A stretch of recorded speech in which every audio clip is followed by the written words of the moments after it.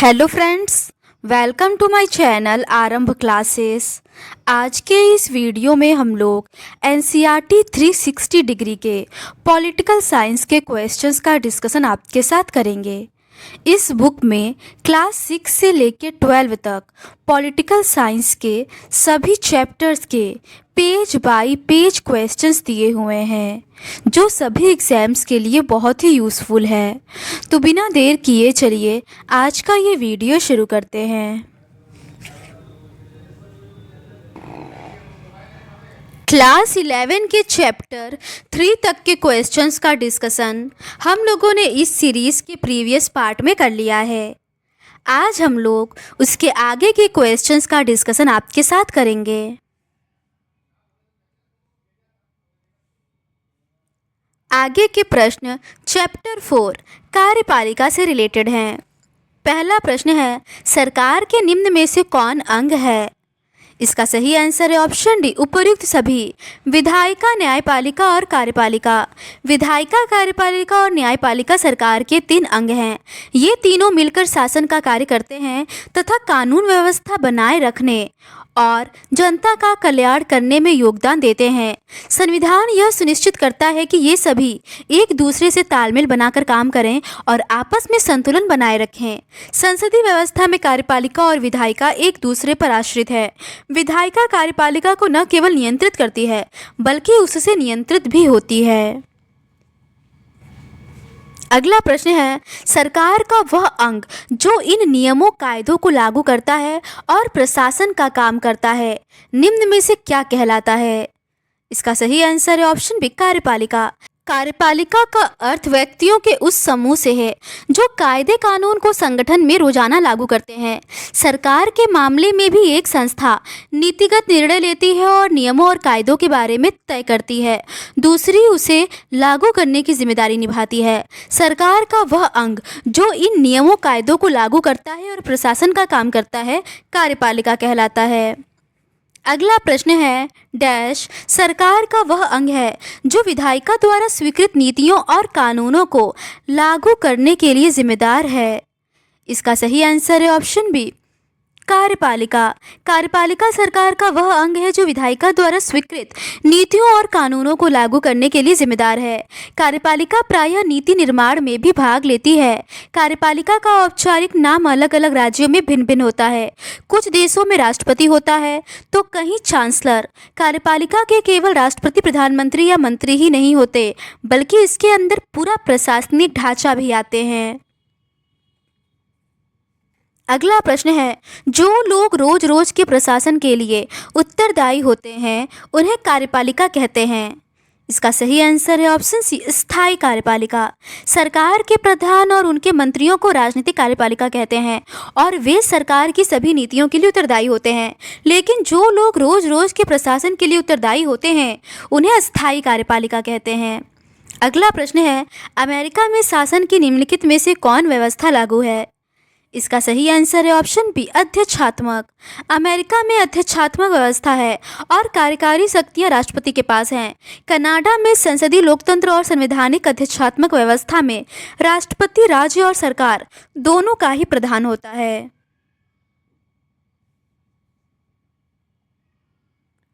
इस व्यवस्था में सिद्धांत और व्यवहार दोनों में राष्ट्रपति का पद बहुत शक्तिशाली होता है। ऐसी व्यवस्था अमेरिका, ब्राजील और लैटिन अमेरिका के अनेक देशों में पाई जाती है। संसदीय व्यवस्था में प्रधानमंत्री सरकार का प्रधान होता है। अगला प्रश्न है, निम्नलिखित में से कौन देश अर्ध अध्यक्षात्मक व्यवस्था का उदाहरण है? इसका सही आंसर है ऑप्शन डी, रूस। कनाडा में संसदीय लोकतंत्र और संवैधानिक राजतंत्र है जिसमें महारानी एलिजाबेथ द्वितीय राज्य की प्रधान और प्रधानमंत्री सरकार का प्रधान है। फ्रांस में राष्ट्रपति और प्रधानमंत्री अर्ध अध्यक्षात्मक व्यवस्था के हिस्से हैं।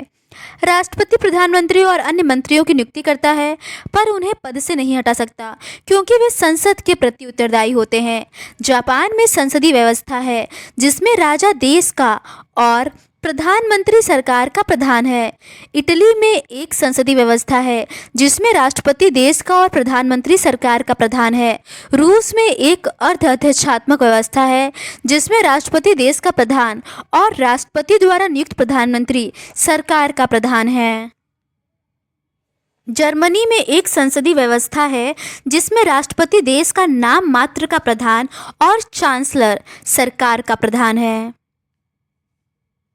अगला प्रश्न है, निम्नलिखित में से कौन कथन संसदीय व्यवस्था के लिए न्याय संगत नहीं है?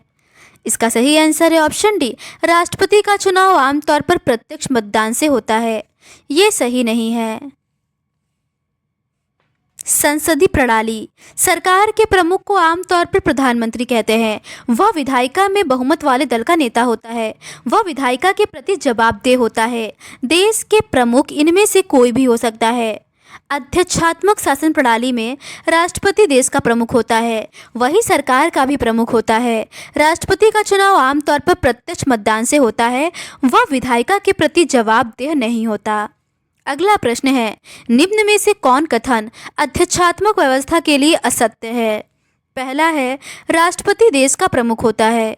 दूसरा है, प्रधानमंत्री सरकार का भी प्रमुख होता है। तीसरा है, राष्ट्रपति विधायिका के प्रति जवाबदेह होता है।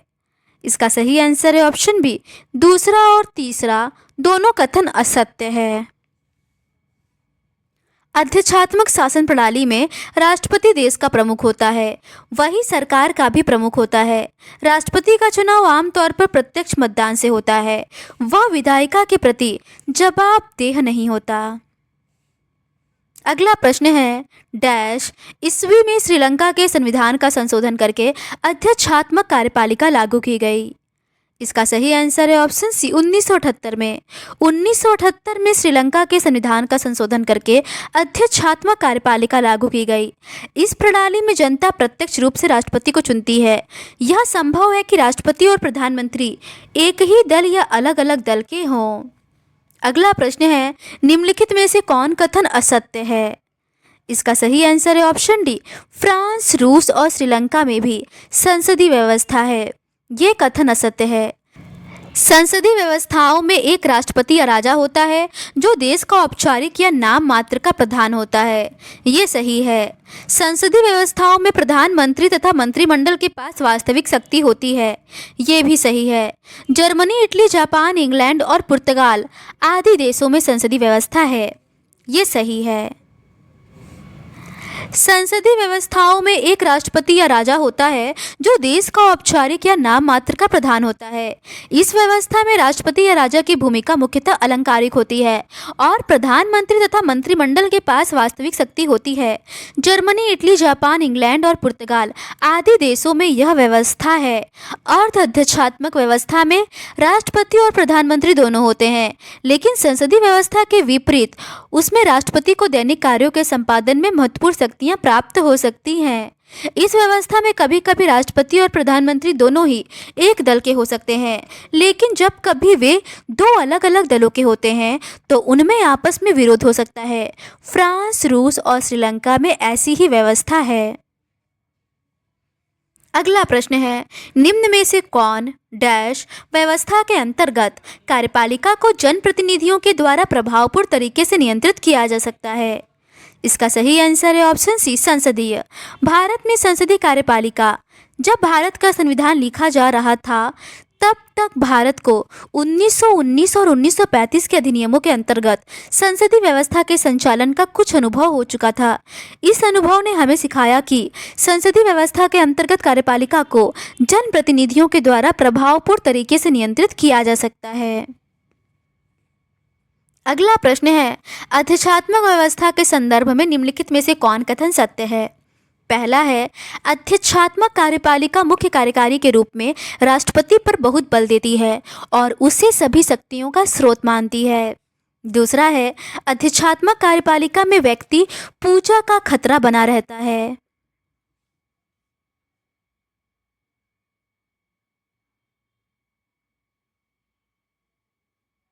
इसका सही आंसर है ऑप्शन सी, कथन पहला और दूसरा दोनों कथन सही है। संसदीय कार्यपालिका की जगह दूसरा विकल्प अध्यक्षात्मक सरकार का था, लेकिन अध्यक्षात्मक कार्यपालिका मुख्य कार्यकारी के रूप में राष्ट्रपति पर बहुत बल देती है और उसे सभी शक्तियों का स्रोत मानती है। अध्यक्षात्मक कार्यपालिका में व्यक्ति पूजा का भी खतरा बना रहता है। संविधान निर्माता एक ऐसी सरकार चाहते थे जिसमें एक शक्तिशाली कार्यपालिका तो हो, लेकिन साथ साथ उसमें व्यक्ति पूजा पर पर्याप्त अंकुश लगा हो। संसदीय व्यवस्था में ऐसी अनेक प्रक्रियाएं हैं जो यह सुनिश्चित करती हैं कि कार्यपालिका विधायिका या जनता के प्रतिनिधियों के प्रति उत्तरदायी होगी और उनसे नियंत्रित भी। इसीलिए संविधान में राष्ट्रीय और प्रांतीय दोनों ही स्तरों पर संसदीय कार्यपालिका की व्यवस्था को स्वीकार किया गया। अगला प्रश्न है, संसदीय व्यवस्था में ऐसी अनेक प्रक्रियाएं हैं जो यह सुनिश्चित करती हैं कि निम्नलिखित में से किसके प्रति उत्तरदायी होगी और उनसे नियंत्रित भी होती है। इसका सही आंसर है ऑप्शन सी, ए और बी दोनों। कार्यपालिका विधायिका। संसदीय व्यवस्था में ऐसी अनेक प्रक्रियाएं हैं जो यह सुनिश्चित करती हैं कि कार्यपालिका विधायिका या जनता के प्रतिनिधियों के प्रति उत्तरदायी होगी और उनसे नियंत्रित भी। इसीलिए संविधान में राष्ट्रीय और प्रांतीय दोनों ही स्तरों पर संसदीय कार्यपालिका की व्यवस्था को स्वीकार किया गया। अगला प्रश्न है, भारत के संविधान में औपचारिक रूप से संघ की कार्यपालिका शक्तियां डैश को दी गई हैं। इसका सही आंसर है ऑप्शन सी, राष्ट्रपति को। भारत के संविधान में औपचारिक रूप से संघ की कार्यपालिका शक्तियां राष्ट्रपति को दी गई हैं, पर वास्तव में प्रधानमंत्री के नेतृत्व में बनी मंत्रिपरिषद के माध्यम से राष्ट्रपति इन शक्तियों का प्रयोग करता है। राष्ट्रपति 5 वर्ष के लिए चुना जाता है। अगला प्रश्न है, राष्ट्रपति को निम्न में से कितने वर्ष के लिए चुना जाता है? इसका सही आंसर है ऑप्शन डी, 5 वर्ष के लिए। भारत के संविधान में औपचारिक रूप से संघ की कार्यपालिका शक्तियां राष्ट्रपति को दी गई हैं, पर वास्तव में प्रधानमंत्री के नेतृत्व में बनी मंत्रिपरिषद के माध्यम से राष्ट्रपति इन शक्तियों का प्रयोग करता है। राष्ट्रपति 5 वर्ष के लिए चुना जाता है। अगला प्रश्न है, राष्ट्रपति के संदर्भ में निम्न में से कौन कथन सत्य है? पहला है, राष्ट्रपति का निर्वाचन प्रत्यक्ष तरीके से होता है। दूसरा है, राष्ट्रपति का निर्वाचन निर्वाचित केवल सांसद करते हैं। तीसरा है, राष्ट्रपति का निर्वाचन समानुपातिक प्रतिनिधित्व प्रणाली और एकल संक्रमणीय मत के सिद्धांत के अनुसार होता है। चौथा है, केवल लोकसभा ही राष्ट्रपति को महाभियोग की प्रक्रिया के द्वारा उसके पद से हटा सकती है। पांचवा है, महाभियोग केवल संविधान के उल्लंघन के आधार पर लगाया जा सकता है। इसका सही आंसर है ऑप्शन डी, केवल तीसरा और पांचवा कथन सही है।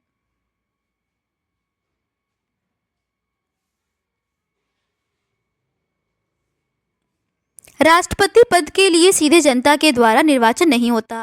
राष्ट्रपति का निर्वाचन अप्रत्यक्ष तरीके से होता है। इसका अर्थ यह है कि राष्ट्रपति का निर्वाचन आम नागरिक नहीं बल्कि निर्वाचित विधायक और सांसद करते हैं।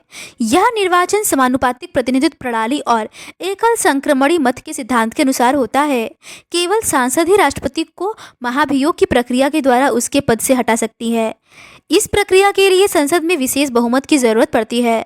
महाभियोग केवल संविधान के उल्लंघन के आधार पर लगाया जा सकता है। अगला प्रश्न है, राष्ट्रपति को सहायता और सलाह देने के लिए एक मंत्रिपरिषद होगी जिसका प्रधान प्रधानमंत्री होगा। इसका वर्णन निम्न में से किस अनुच्छेद में वर्णित है? इसका सही आंसर है ऑप्शन ए, अनुच्छेद 74 क्लोज 1। अनुच्छेद 74 क्लोज 1 राष्ट्रपति को सहायता और सलाह देने के लिए एक मंत्रिपरिषद होगी जिसका प्रधान प्रधानमंत्री होगा। राष्ट्रपति अपने कृत्यों का प्रयोग करने में ऐसी सलाह के अनुसार कार्य करेगा, परंतु राष्ट्रपति मंत्रिपरिषद से ऐसी सलाह पर पुनर्विचार करने को कह सकता है और राष्ट्रपति ऐसे पुनर्विचार के पश्चात दी गई सलाह के अनुसार ही कार्य करेगा। इस कथन में जिस शब्द ही का प्रयोग किया गया है उसका अर्थ यह है कि राष्ट्रपति मंत्रिपरिषद की सलाह मानने को बाध्य है। राष्ट्रपति की शक्ति पर उठे विवाद के कारण संविधान का संशोधन करके यह स्पष्ट कर दिया गया कि राष्ट्रपति मंत्रिपरिषद की सलाह मानने को बाध्य है। बाद में एक और संशोधन के द्वारा यह निर्णय किया गया कि राष्ट्रपति मंत्रिपरिषद को अपनी सलाह पर एक बार पुनर्विचार करने के लिए कह सकता है, लेकिन उसे मंत्रिपरिषद के द्वारा पुनर्विचार के बाद दी गई सलाह को मानना ही पड़ेगा। अगला प्रश्न है, निम्नलिखित में से किन अवसरों पर राष्ट्रपति अपने विशेषाधिकारों का प्रयोग कर सकता है? इसका सही आंसर है ऑप्शन सी, ए और बी दोनों। राष्ट्रपति मंत्रिपरिषद की सलाह को लौटा सकता है और उसे अपने निर्णय पर पुनर्विचार करने के लिए कह सकता है। राष्ट्रपति के पास वीटो की शक्ति होती है, जिससे वह संसद द्वारा पारित विधेयकों पर स्वीकृति देने में विलंब कर सकता है या स्वीकृति देने से मना कर सकता है।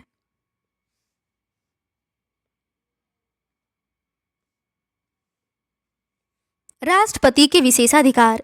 किसी भी परिस्थिति में राष्ट्रपति को कोई विशेषाधिकार प्राप्त नहीं है। यह एक गलत मूल्यांकन होगा। संवैधानिक रूप से राष्ट्रपति को सभी महत्वपूर्ण मुद्दों और मंत्रिपरिषद की कार्यवाही के बारे में सूचना प्राप्त करने का अधिकार है। प्रधानमंत्री का यह कर्तव्य है कि वह राष्ट्रपति द्वारा मांगी गई सभी सूचनाएं उसे दे।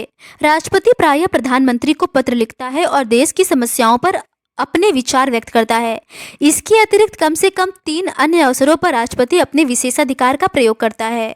प्रथम, राष्ट्रपति मंत्रिपरिषद की सलाह को लौटा सकता है और उसे अपने निर्णय पर पुनर्विचार करने के लिए कह सकता है। ऐसा करने में राष्ट्रपति अपने विवेक का प्रयोग करता है। जब राष्ट्रपति को ऐसा लगता है कि सलाह में कुछ गलती है या कानूनी रूप से कुछ कमियां हैं या फैसला देश के हित में नहीं है, तो वह मंत्रिपरिषद से अपने निर्णय पर पुनर्विचार करने के लिए कह सकता है। यद्यपि मंत्रिपरिषद पुनर्विचार के बाद भी उसे वही सलाह दोबारा दे सकती है और तब राष्ट्रपति उसे मानने के लिए बाध्य भी होगा। तथापि राष्ट्रपति के द्वारा पुनर्निर्वाचन का आग्रह अपने आप में काफ़ी मायने रखता है। अतः यह एक तरीका है जिसमें राष्ट्रपति अपने विवेक के आधार पर अपनी शक्ति का प्रयोग करता है। दूसरे, राष्ट्रपति के पास वीटो की शक्ति होती है, जिससे वह संसद द्वारा पारित विधेयकों पर स्वीकृति देने में विलंब कर सकता है या स्वीकृति देने से मना कर सकता है। संसद द्वारा पारित प्रत्येक विधेयक को कानून बनने से पूर्व राष्ट्रपति की स्वीकृति के लिए भेजा जाता है। राष्ट्रपति उसे संसद को लौटा सकता है। अगला प्रश्न है, संसद ने भारतीय पोस्ट ऑफिस विधेयक को कब पारित किया? इसका सही आंसर है ऑप्शन बी, 1986 में। 1986 में संसद ने भारतीय पोस्ट ऑफिस विधेयक पारित किया। अनेक लोगों ने इसकी आलोचना की क्योंकि विधेयक प्रेस की स्वतंत्रता को बाधित करता था। अगला प्रश्न है, भारतीय पोस्ट ऑफिस विधेयक 1989 निम्नलिखित में से किस राष्ट्रपति के कार्यकाल से संबंधित है? इसका सही आंसर है ऑप्शन बी, ज्ञानी जेल सिंह। विधेयकों को स्वीकृति देने के संबंध में राष्ट्रपति पर कोई समय सीमा नहीं है। इस सिलसिले में एक घटना घट चुकी है।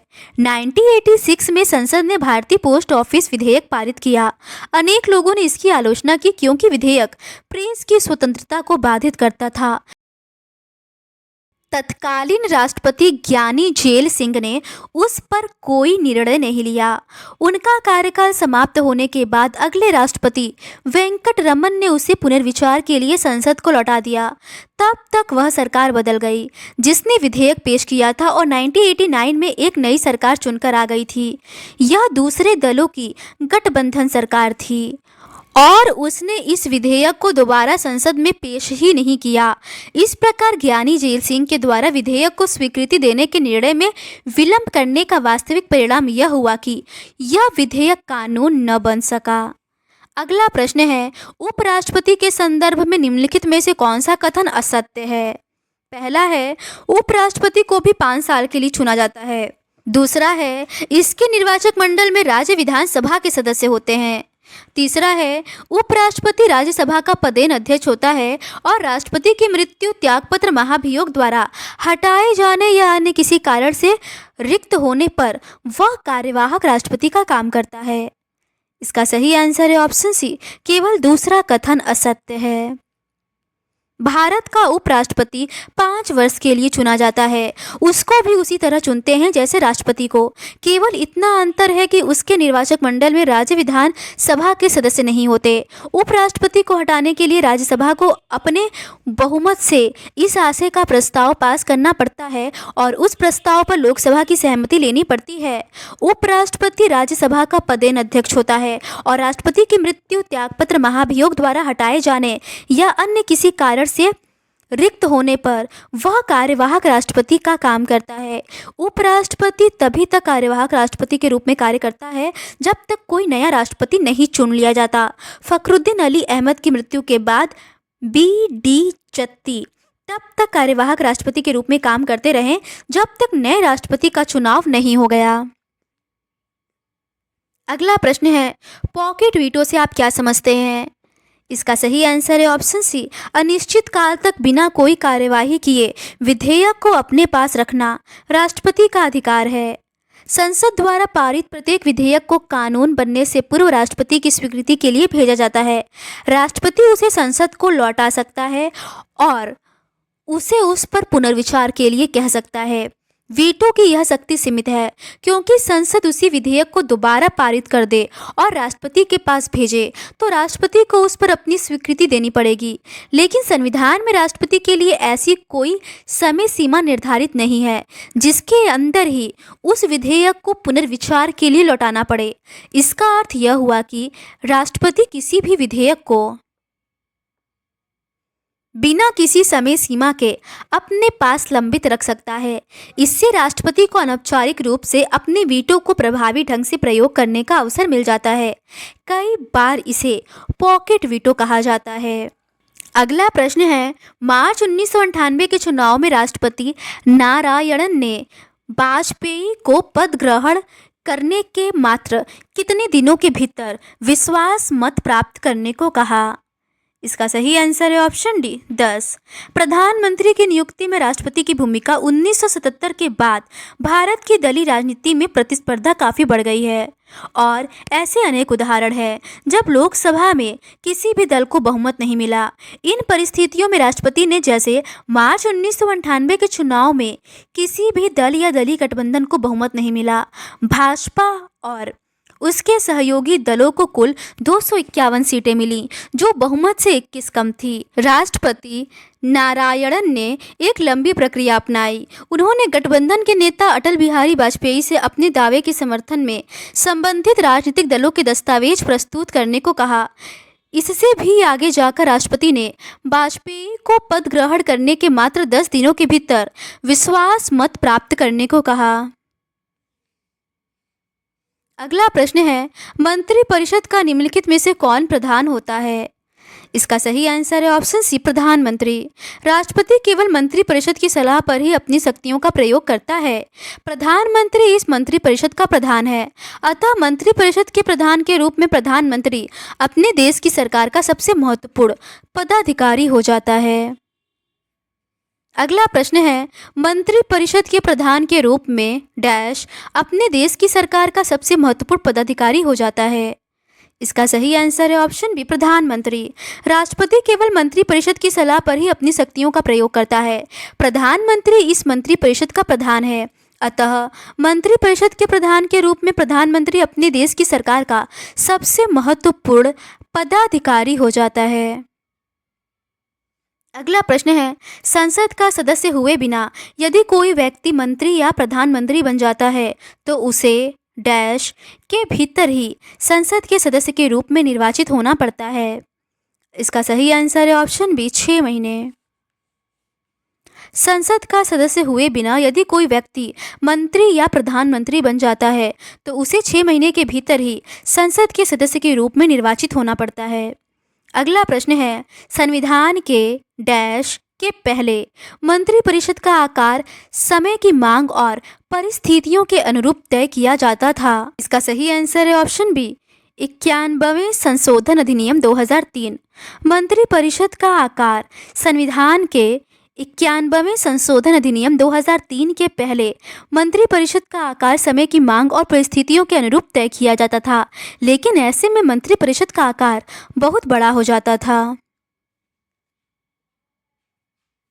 अगला प्रश्न है, 91वें संशोधन अधिनियम 2003 बनाया गया था ताकि मंत्रिपरिषद लोकसभा या राज्यों के मामलों में विधानसभा के सदस्यों की कुल संख्या के डैश प्रतिशत से अधिक नहीं होने चाहिए। इसका सही आंसर है ऑप्शन सी, 15%। मंत्रिपरिषद का आकार। संविधान के 91वें संशोधन अधिनियम 2003 के पहले मंत्रिपरिषद का आकार समय की मांग और परिस्थितियों के अनुरूप तय किया जाता था, लेकिन ऐसे में मंत्रिपरिषद का आकार बहुत बड़ा हो जाता था। इसके अतिरिक्त जब किसी दल को स्पष्ट बहुमत नहीं मिलता था, तब वह संसद के अन्य सदस्यों को मंत्री पद का लालच देकर समर्थन हासिल करने की कोशिश करता था, क्योंकि तब मंत्रिपरिषद की सदस्य संख्या पर कोई प्रतिबंध न था। यह अनेक राज्यों में भी हो रहा था। अतः संविधान का संशोधन करके यह व्यवस्था की गई कि मंत्रिपरिषद के सदस्यों की संख्या लोकसभा की कुल सदस्य संख्या के 15% से अधिक न होगी। अगला प्रश्न है, संसदीय शासन की सबसे बड़ी विशेषता यह है कि डैश सतत रूप से डैश के नियंत्रण और देख रेख में रहती है। इसका सही आंसर है ऑप्शन डी, कार्यपालिका विधायिका। संसदीय शासन की सबसे बड़ी विशेषता यह है कि कार्यपालिका सतत रूप से विधायिका के नियंत्रण और देख रेख में रहती है। अगला प्रश्न है, मंत्रिपरिषद निम्न में से किसके प्रति सामूहिक रूप से उत्तरदायी है? इसका सही आंसर है ऑप्शन बी, लोकसभा के प्रति। मंत्रिपरिषद लोकसभा के प्रति सामूहिक रूप से उत्तरदायी है। इस प्रावधान का अर्थ है कि जो सरकार लोकसभा में विश्वास खो देती है, उसे त्याग पत्र देना पड़ता है। अगला प्रश्न है, मंत्रिपरिषद के संदर्भ में निम्न में से कौन कथन असत्य है? इसका सही आंसर है ऑप्शन सी, यदि किसी एक मंत्री के विरुद्ध भी अविश्वास प्रस्ताव पारित हो जाए तो उस मंत्री को त्याग पत्र देना पड़ता है। ये कथन असत्य है। मंत्रिपरिषद लोकसभा के प्रति सामूहिक रूप से उत्तरदायी है। इस प्रावधान का अर्थ है कि जो सरकार लोकसभा में विश्वास खो देती है, उसे त्यागपत्र देना पड़ता है। इस सिद्धांत के अनुसार मंत्रिपरिषद संसद की एक कार्यकारी समिति है और वह संसद के प्रतिनिधि के रूप में सामूहिक रूप से शासन करती है। सामूहिक उत्तरदायित्व तो मंत्रिमंडल की एकजुटता के सिद्धांत पर आधारित है। इसकी भावना यह है कि यदि किसी एक मंत्री के विरुद्ध भी अविश्वास प्रस्ताव पारित हो जाए तो संपूर्ण मंत्रिपरिषद को त्यागपत्र देना पड़ता है। इसका अर्थ यह भी है कि यदि कोई मंत्री मंत्रिमंडल की नीति या निर्णय से सहमत नहीं तो उसे उस निर्णय को स्वीकार कर लेना चाहिए या त्यागपत्र दे देना चाहिए। जिस नीति के बारे में सामूहिक उत्तरदायित्व हो, उसे मानना या उसे लागू करना सभी मंत्रियों के लिए ज़रूरी है। अगला प्रश्न है, प्रधानमंत्री के बारे में निम्नलिखित में से कौन कथन सत्य है? इसका सही आंसर है ऑप्शन सी, प्रधानमंत्री एक तरफ मंत्रिपरिषद और दूसरी तरफ राष्ट्रपति और संसद के बीच एक सेतु का काम करता है। ये कथन सही है। भारत में प्रधानमंत्री का सरकार में स्थान सर्वोपरि है। बिना प्रधानमंत्री के मंत्रिपरिषद का कोई अस्तित्व नहीं है। मंत्रिपरिषद तभी अस्तित्व में आती है जब प्रधानमंत्री अपने पद का शपथ ग्रहण कर लेता है। प्रधानमंत्री की मृत्यु या त्यागपत्र से पूरे मंत्रिपरिषद ही भंग हो जाती है, जबकि किसी मंत्री की मृत्यु, हटाए जाने या त्यागपत्र के कारण मंत्रिपरिषद में केवल एक स्थान खाली होता है। प्रधानमंत्री एक तरफ मंत्रिपरिषद तथा दूसरी तरफ राष्ट्रपति और संसद के बीच एक सेतु का काम करता है। इसी भूमिका के कारण पंडित जवाहरलाल नेहरू ने प्रधानमंत्री को सरकार की केंद्रीय धुरी की संज्ञा दी। प्रधानमंत्री का यह संवैधानिक दायित्व भी है कि वह सभी संघीय मामलों के प्रशासन और प्रस्तावित कानूनों के बारे में राष्ट्रपति को सूचित करे। प्रधानमंत्री सरकार के सभी महत्वपूर्ण निर्णयों में सम्मिलित होता है और सरकार की नीतियों के बारे में निर्णय लेता है। इस प्रकार प्रधानमंत्री की शक्तियों के अनेक स्रोत हैं, जैसे मंत्रिपरिषद पर नियंत्रण, लोकसभा का नेतृत्व, अधिकारी जमात पर आधिपत्य, मीडिया तक पहुंच, चुनाव के दौरान उसके व्यक्तित्व का उभार तथा अंतर्राष्ट्रीय सम्मेलनों और विदेश यात्राओं के दौरान राष्ट्रीय नेता की छवि आदि। अगला प्रश्न है, निम्न में से किस नेता ने प्रधानमंत्री को सरकार की केंद्रीय धुरी की संज्ञा दी है? इसका सही आंसर है ऑप्शन डी, पंडित नेहरू। प्रधानमंत्री एक तरफ मंत्रिपरिषद तथा दूसरी ओर राष्ट्रपति और संसद के बीच एक सेतु का काम करता है। इसी भूमिका के कारण पंडित नेहरू ने प्रधानमंत्री को सरकार की केंद्रीय धुरी की संज्ञा दी है। अगला प्रश्न है, जब भी किसी एक राजनीतिक दल को लोकसभा में डैश मिला, तब प्रधानमंत्री और मंत्रिमंडल की शक्तियां निर्विवाद रहीं। इसका सही आंसर है ऑप्शन सी, बहुमत। प्रधानमंत्री की शक्तियां और उनका प्रयोग तत्कालीन राजनीतिक परिस्थितियों पर निर्भर करता है। जब भी किसी एक राजनीतिक दल को लोकसभा में बहुमत मिला, तब प्रधानमंत्री और मंत्रिमंडल की शक्तियां निर्विवाद रहीं। परंतु जब राजनीतिक दलों के गठबंधन की सरकारें बनी, तब ऐसा नहीं रहा। 1989 में भारत में अनेक गठबंधन सरकार बनी। इनमें से कई सरकारें लोकसभा की पूरी अवधि के लिए सत्ता में न रह सकी। बहुमत समाप्त होने के कारण उन्होंने त्यागपत्र दे दिया या वे हटा दी गईं। इन घटनाओं से संसदीय शासन का कामकाज प्रभावित हुआ। अगला प्रश्न है, निम्नलिखित में से किस प्रक्रिया में प्रधानमंत्री को एक नेता से अधिक एक मध्यस्थ की भूमिका निभानी पड़ती है? इसका सही आंसर है ऑप्शन डी, उपर्युक्त सभी। इससे प्रधानमंत्री के अनेक विशेषाधिकारों जैसे मंत्रियों का चयन और उनके पद स्तर तथा मंत्रालय के चयन पर भी कुछ अंकुश लगा है। प्रधानमंत्री सरकार की नीतियों और कार्यक्रमों को भी अकेले तय नहीं कर सकता। चुनाव के पूर्व और चुनाव के बाद विभिन्न विचारधारा वाले अनेक राजनीतिक दल सहयोग करके सरकार बनाते हैं। सहयोगी दलों के बीच काफ़ी बातचीत और समझौते के बाद ही नीतियां बन पाती हैं। 1989 से भारत में अनेक गठबंधन की सरकारें बनी। इनमें से कई सरकारें लोकसभा की पूरी अवधि के लिए सत्ता में न रह सकीं। बहुमत समाप्त होने के कारण उन्होंने त्यागपत्र दे दिया या वे हटा दी गईं। इन घटनाओं से संसदीय शासन का कामकाज प्रभावित हुआ है। इस सिलसिले में पहली बात तो यह कि इन घटनाओं से प्रधानमंत्री के चयन में राष्ट्रपति के विशेषाधिकारों की भूमिका बढ़ी है। दूसरे, इस अवधि में गठबंधन राजनीति के कारण राजनीतिक सहयोगियों में परामर्श की प्रवृत्ति बढ़ी है, जिससे प्रधानमंत्री की सत्ता में कुछ सेंध लगी है। तीसरे, इससे प्रधानमंत्री के अनेक विशेषाधिकारों जैसे मंत्रियों का चयन और उनके पद स्तर तथा मंत्रालय के चयन पर भी कुछ अंकुश लगा है। चौथे, प्रधानमंत्री सरकार की नीतियों और कार्यक्रमों को भी अकेले तय नहीं कर सकता।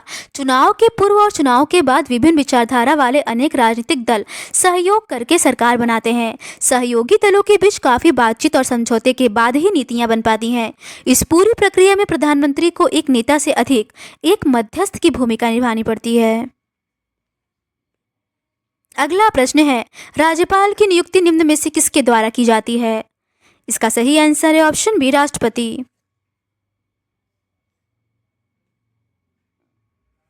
राज्य में एक राज्यपाल होता है जो राष्ट्रपति के द्वारा नियुक्त किया जाता है।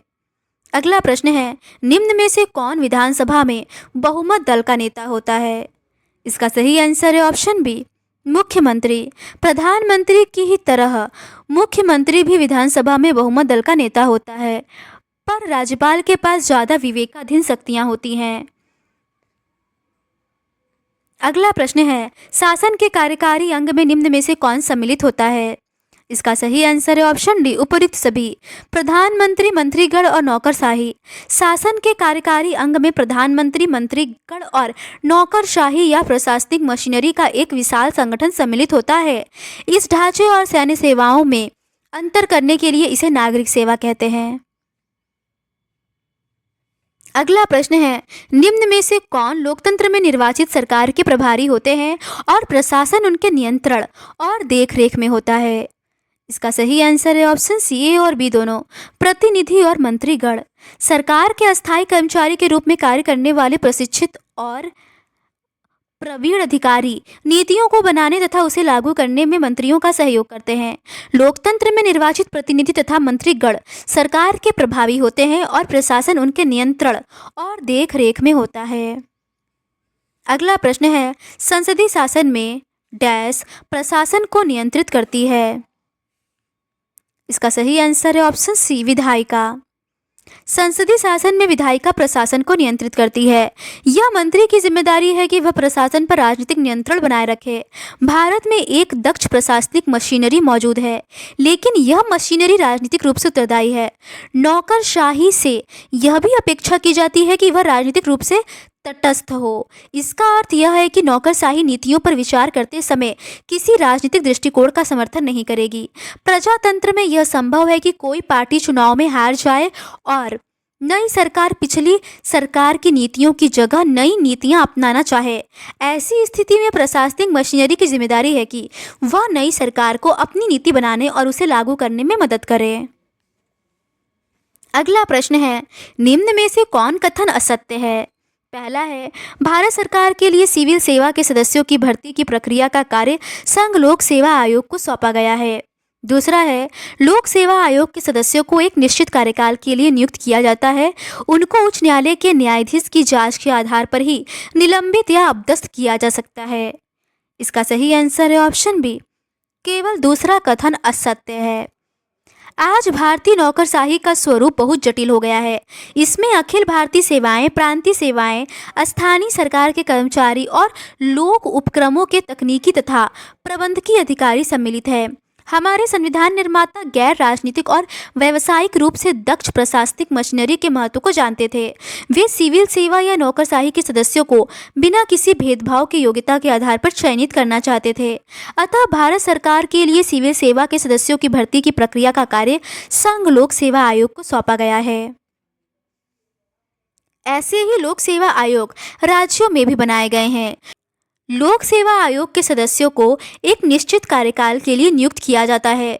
उनको सर्वोच्च न्यायालय के न्यायाधीश की जांच के आधार पर ही निलंबित या अपदस्थ किया जा सकता है। दक्षता और योग्यता को आधार बनाकर भर्ती की जाती है, लेकिन संविधान यह भी सुनिश्चित करता है कि पिछड़े वर्गों के साथ साथ समाज के सभी वर्गों को सरकारी नौकरशाही का हिस्सा बनने का मौका मिले। इस उद्देश्य के लिए संविधान ने अनुसूचित जातियों और अनुसूचित जनजातियों के लिए नौकरियों में आरक्षण प्रदान किया है। इसके बाद महिलाओं, अन्य पिछड़े वर्ग और आर्थिक रूप से कमजोर वर्गों के लिए भी आरक्षण प्रदान किया गया है। इन प्रावधानों से यह सुनिश्चित होता है कि नौकरशाही में सभी समूहों का प्रतिनिधित्व होगा और सामाजिक असमानताएं सिविल सेवाओं में भर्ती के मार्ग में रोड़ा नहीं बनेंगी। अगला प्रश्न है, आईएएस और आईपीएस अधिकारी निम्न में से किस सरकार द्वारा नियुक्त होते हैं? इसका सही आंसर है ऑप्शन बी, केंद्र सरकार द्वारा। आईएएस और आईपीएस अधिकारी केंद्र सरकार द्वारा नियुक्त होते हैं और वे केंद्र सरकार की सेवा में वापस जा सकते हैं। अगला प्रश्न है, निम्न में से कौन कथन सत्य है? पहला है, जिला अधिकारी सामान्यतः आईएएस स्तर का अधिकारी होता है और वह केंद्र सरकार द्वारा बनाई गई सेवा शर्तों से नियंत्रित होता है। दूसरा है, आईएएस और आईपीएस अधिकारी पर केवल राज्य सरकार ही उनके विरुद्ध अनुशासनात्मक कार्रवाई कर सकते हैं। इसका सही आंसर है ऑप्शन ए, केवल पहला कथन सही है। जिला अधिकारी सामान्यतः आईएएस स्तर का अधिकारी होता है और वह केंद्र सरकार द्वारा बनाई गई सेवा शर्तों से नियंत्रित होता है। एक आईएएस अथवा आईपीएस अधिकारी किसी एक राज्य से संबद्ध कर दिया जाता है जहां वह राज्य सरकार की देखरेख में काम करता है, लेकिन आईएएस और आईपीएस अधिकारी केंद्र सरकार द्वारा नियुक्त होते हैं और वे केंद्र सरकार की सेवा में वापस जा सकते हैं। सबसे महत्वपूर्ण यह है कि केवल केंद्रीय सरकार ही उनके विरुद्ध अनुशासनात्मक कार्यवाही कर सकती है। इसका अर्थ यह हुआ कि राज्यों के प्रमुख प्रशासनिक अधिकारी केंद्रीय सरकार की देखरेख और नियंत्रण में रहते हैं। संघ लोक सेवा आयोग द्वारा नियुक्त आईएएस और आईपीएस अधिकारियों के अतिरिक्त राज्य के प्रशासन में राज्य लोक सेवा आयोगों द्वारा नियुक्त अधिकारियों का भी योगदान होता है। अगला प्रश्न है, नौकरशाही से क्या तात्पर्य है? इसका सही आंसर है ऑप्शन सी, वह माध्यम है जिसके द्वारा सरकार की लोकहितकारी नीतियां जनता तक पहुंचती हैं। नौकरशाही वह माध्यम है जिसके द्वारा सरकार की लोकहितकारी नीतियां जनता तक पहुंचती हैं, पर नौकरशाही इतनी शक्तिशाली होती है कि आम आदमी सरकारी अधिकारियों तक पहुंचने से डरता है। यह लोगों का आम अनुभव है कि नौकरशाही सामान्य नागरिकों की मांगों और आशाओं के प्रति संवेदनशील नहीं होती, लेकिन जब लोकतांत्रिक ढंग से चुनी हुई सरकार नौकरशाही को नियंत्रित करती है तब इनमें से कुछ समस्याओं को प्रभावी तरीके से हल किया जा सकता है। वहीं दूसरी ओर ज़्यादा राजनीतिक हस्तक्षेप से नौकरशाही राजनीतिज्ञों के हाथ का खिलौना बन जाती है, पर यह आशा की जाती है कि सूचना का अधिकार जैसे कदम नौकरशाही को और अधिक उत्तरदायी और संवेदनशील बना सकेंगे।